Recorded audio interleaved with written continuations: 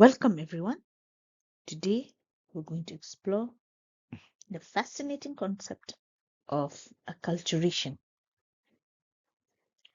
a process that lies at the heart of cultural interaction, migration, and globalization. By the end of this lecture, you'll understand not only what acculturation means, but also how it shapes identities, societies, and everyday life. Acculturation begins with cultural contact. When two groups from different cultures meet, they exchange ideas, practices, and values. It's not a one-sided process, but a dynamic interaction. For example, when Indian students move to the United States, they may adopt American classroom etiquette, yet they also introduce their peers to Indian festivals like Diwali. This blending shows how acculturation works both ways. Immigrants adapt, but host societies also absorb new influences. Think of how sushi from Japan is now a global food trend, or how Bollywood films attract audiences worldwide. These everyday examples make acculturation visible in our lives.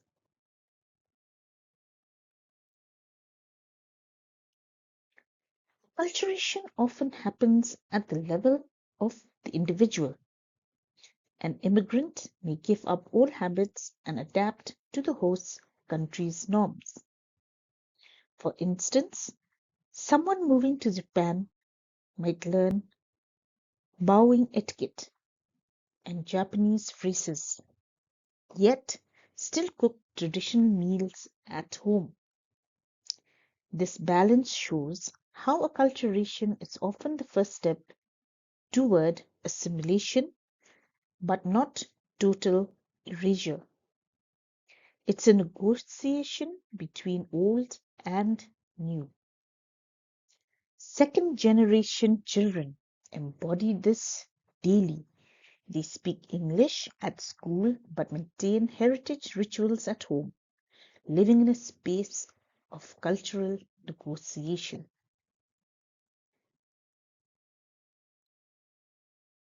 Definitions.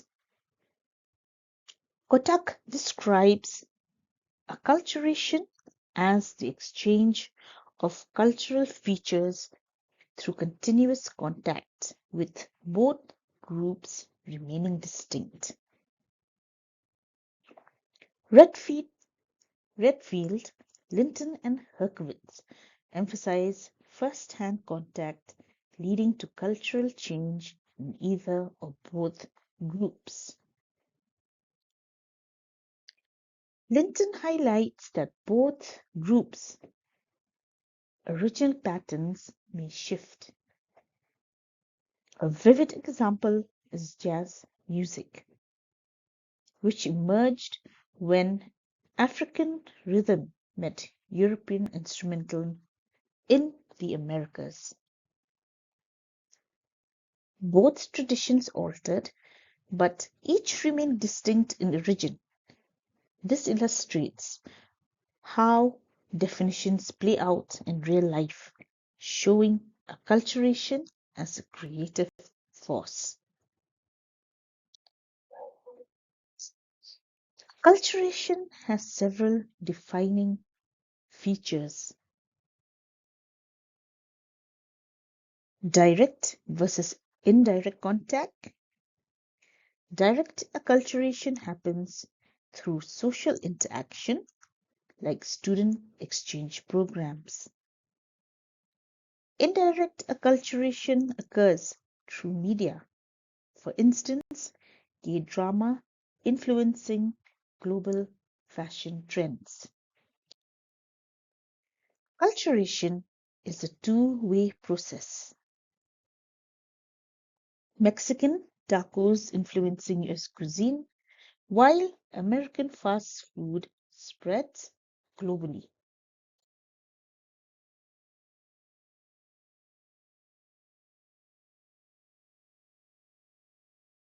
Acculturation is optional or forced.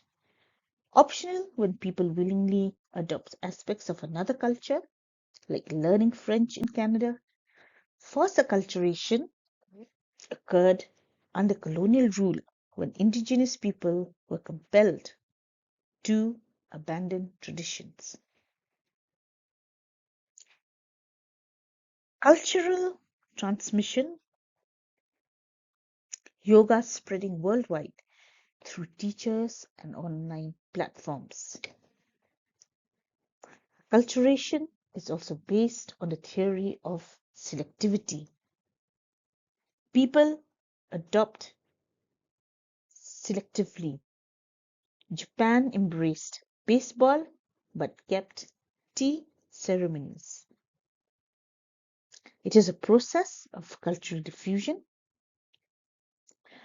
Hybrid genre like reggae blends Latin and hip hop influences, showing how cultures mix and spread.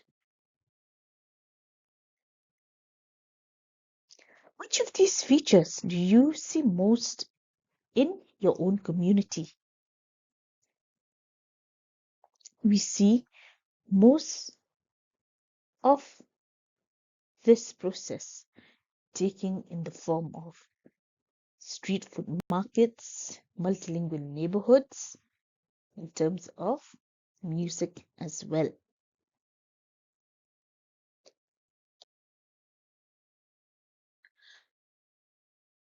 Linton stresses that acculturation often involves a dominant culture influencing a subordinate one. Colonial history illustrates this clearly. English reshaped education and governance in India, yet subordinate cultures resist and adapt. Indian English today carries unique expressions and identity markers. In modern times, global brands like McDonald's adapt menus to local cultures, offering vegetarian options in India. This shows that while dominant cultures exert influence, subordinate cultures negotiate and reshape that influence to fit their values.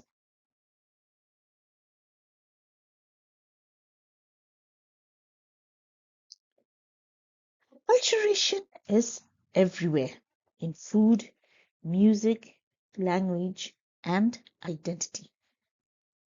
It enriches societies by fostering diversity, but it can also challenge traditions when dominance suppresses local practices. Recognizing acculturation helps us appreciate cultural blending while respecting differences. Think about your own life. Maybe you enjoy Italian pasta, you celebrate local festivals, and at the same time, you listen to global pop music.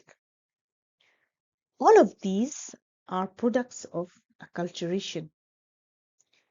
By understanding this process, we can engage with cultural differences thoughtfully and celebrate the richness that they bring to our world. Thank you.